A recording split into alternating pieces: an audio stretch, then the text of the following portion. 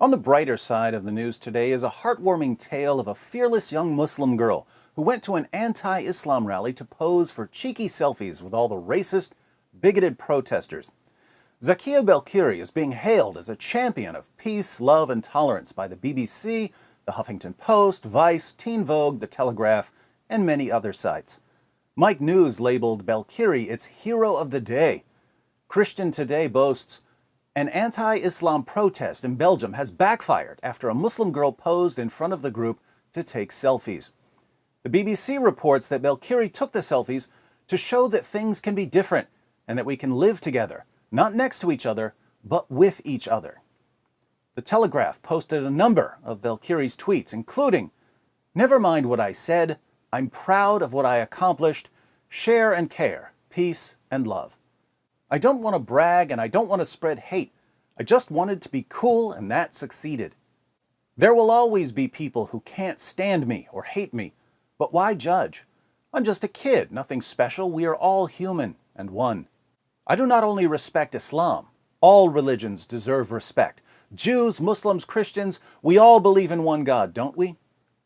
Teen Vogue concludes, "Taqiyya makes a remarkable point. Racism is often just ignorance.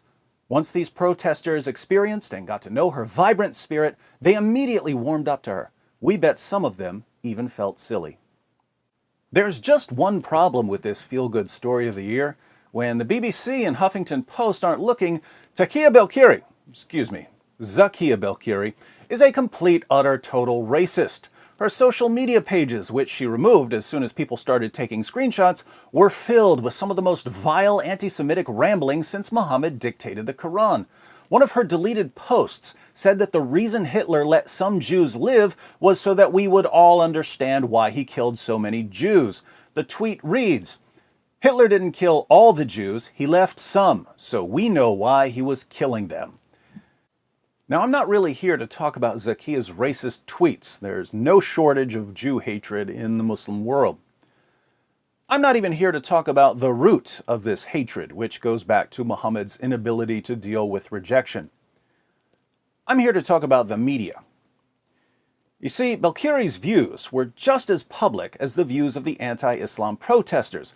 Some of the news articles even quote her most recent Twitter posts when all the writers had to do was scroll down the page to see what she says when she's not being praised for melting the cold hearts of intolerant Europeans.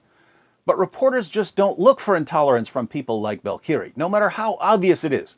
Instead, they condemn anti-Islam protesters and champion Belkiri, even though Belkiri's view should be far more disturbing. She's not complaining about an ideology, she's cheering for Hitler. So why do Western reporters spend their days looking for opportunities to expose any perceived intolerance among white Europeans or white Americans while they completely ignore intolerance among Muslims?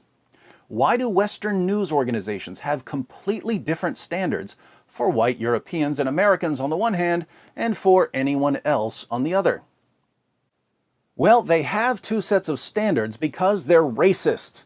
They have high expectations for white Europeans because they believe that white Europeans are civilized, responsible human beings who are capable of adhering to certain moral principles.